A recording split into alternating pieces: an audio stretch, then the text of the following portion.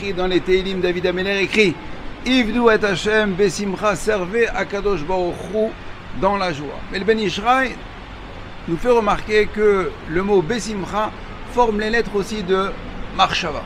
C'est-à-dire que servez Akadosh Baruch Hu marshava, c'est-à-dire avec réflexion.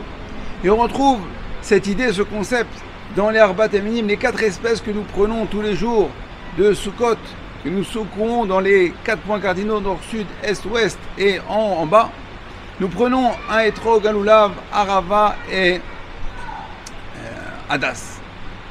Le étrog fait référence au cœur. Le lulav fait référence à la colonne vertébrale. L'arava aux lèvres et le hadas fait référence aux yeux. Alors, un étrog parce que nous avons un cœur. Un lulav parce que nous avons une colonne vertébrale. 2 branches de harava parce que nous avons 2 lèvres. Mais pourquoi prendre 3 branches de hadassim? Nous n'avons que 2 yeux. Bien nous dire Haramim que non. Il faut savoir que le juif a aussi ce qu'on appelle le 3e œil. Le 3e œil, c'est l'œil de la réflexion, l'œil de la hitbonenut. C'est-à-dire qu'un juif, un Oved Hashem, un serviteur d'Akadosh Baruch Hu, avant d'agir, il doit réfléchir. Savoir avant de manger, par exemple. Savoir quel bracha je vais faire.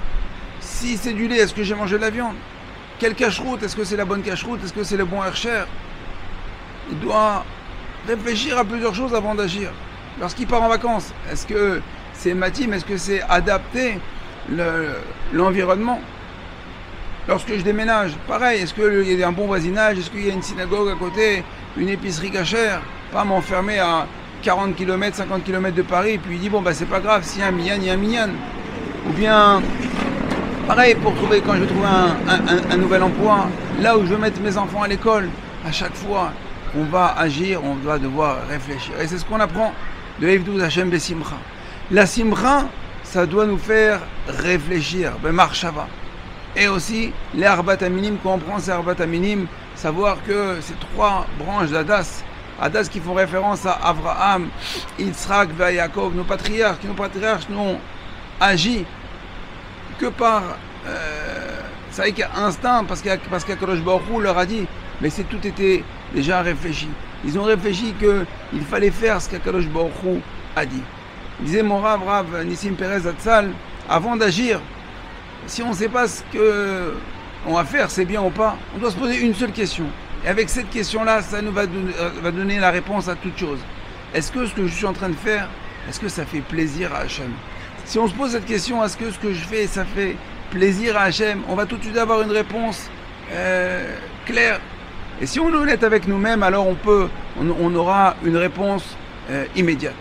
Alors Bezrat Hachem, qu'on puisse Ivdu et Hashem besimcha, servir à Kadosh Baruch Hu dans la joie, mais aussi avec réflexion, hitbonenut, et Bezrat Hachem, que ce comportement, on puisse l'adopter et l'adapter pour toute notre année et toute notre vie. Bezrat Hachem, je vous dis Chag Sameach et à très bientôt. Kol Tov.